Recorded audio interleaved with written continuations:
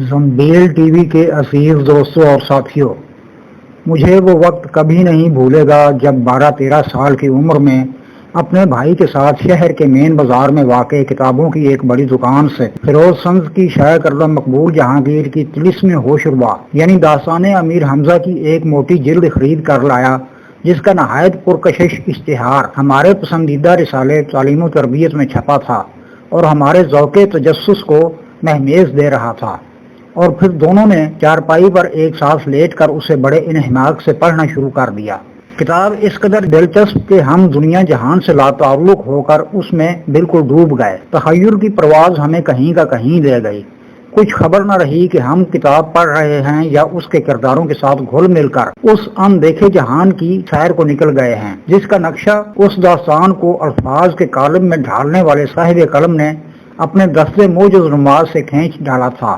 آج جب میں اسی داستان کو ویڈیوز کی شکل دے کر آپ کے روبرو پیش کر رہا ہوں تو خود بھی ایک نئی سرچاری کی کیفیت میں ہوں۔ اس دوران میں خود اپنے لڑکپن کی حسین یاد کو تازہ کر رہا ہوں اور خوش ہوں کہ اب اس مکمل داستان کا لطف لے سکوں گا، جس کی فقط چوتھی جلد پڑھنے کا موقع ملا تھا اور دیگر جلدیں باوجود بسیار کاوش کے مل نہ پائی تھیں۔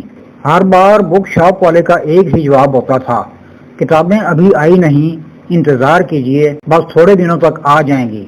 نہ معلوم دیگر جلدوں کی عدم دستیابی کی ایسی کیا وجہ تھی۔ بہرحال ایک مستقل تشنگی کی کیفیت رہی۔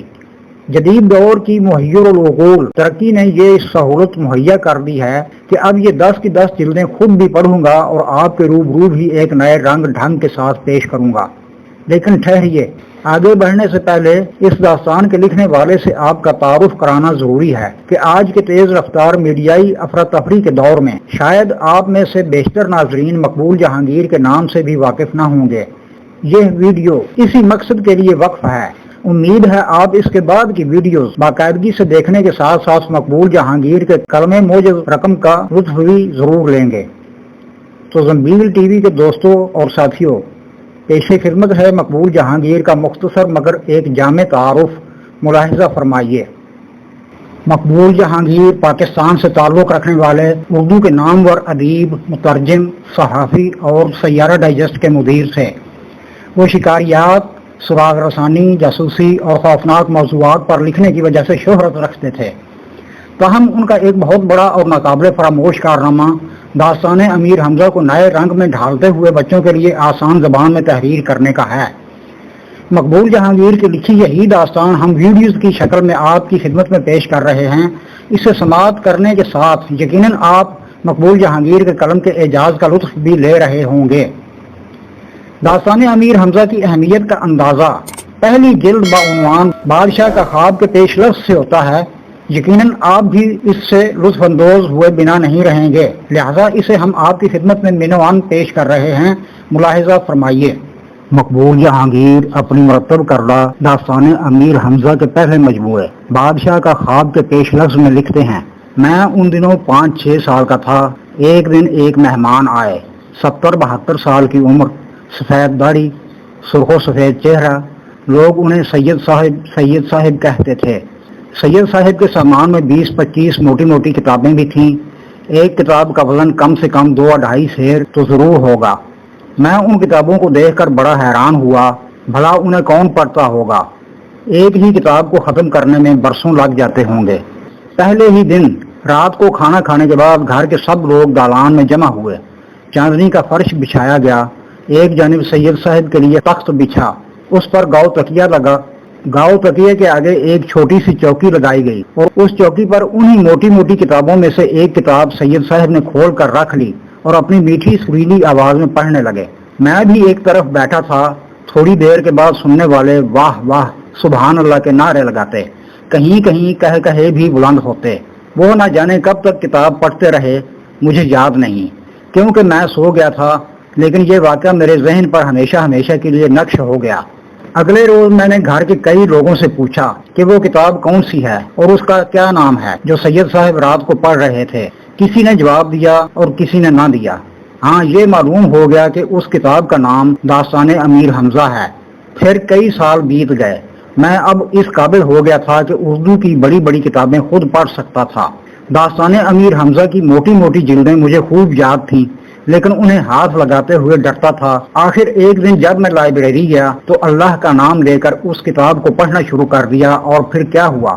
پھر یہ ہوا کہ میں سب کچھ بھول گیا، یہاں تک کہ کھانا پینا بھی۔ اب زندگی کی اتنی منزلیں طے کرنے کے بعد اور ہزار ہا کتابیں پڑھنے کے بعد بھی یہ کہہ سکتا ہوں کہ میں نے داستان امیر حمزہ سے زیادہ دلچسپ، حیرت انگیز اور ہوش اڑا دینے والی کوئی اور کتاب نہیں پڑھی۔ اب پتہ چلا ہے کہ پوری کتاب 46 جلدوں میں ہے اور اس کے صفحوں کی تعداد 48,000 کے لگ بھگ ہے، یعنی 200 صفحے روزانہ پڑھو تب کہیں 8 مہینے میں پوری داستان امیر حمزہ ختم ہوگی۔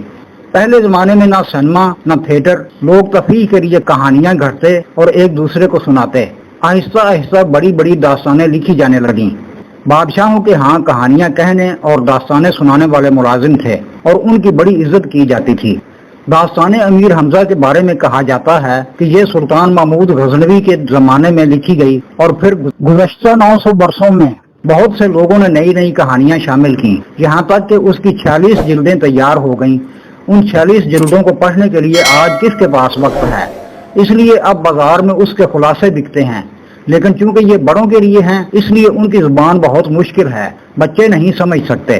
میں نے اس کتاب کا خلاصہ لکھتے وقت صرف وہی باتیں لی ہیں جن سے بچوں کو دلچسپی ہو سکتی تھی۔ زبان اتنی آسان کر دی ہے کہ 5ویں جماعت کا بچہ بھی آسانی سے پڑھ سکتا ہے۔ یہ کتاب داستان امیر حمزہ کا پہلا حصہ ہے۔ پوری داستان 10 حصوں میں شائع ہوگی۔ مجھے امید ہے کہ آپ اسے بہت پسند کریں گے۔ مقبول جہانگیر 24 جنوری 1928 کو پیدا ہوئے اور 24 اکتوبر 1985 کو وفات پا گئے۔ ان کا اصل نام مقبول الہی تھا۔ وہ طویل عرصہ سیارہ ڈائجسٹ کے مدیر رہے۔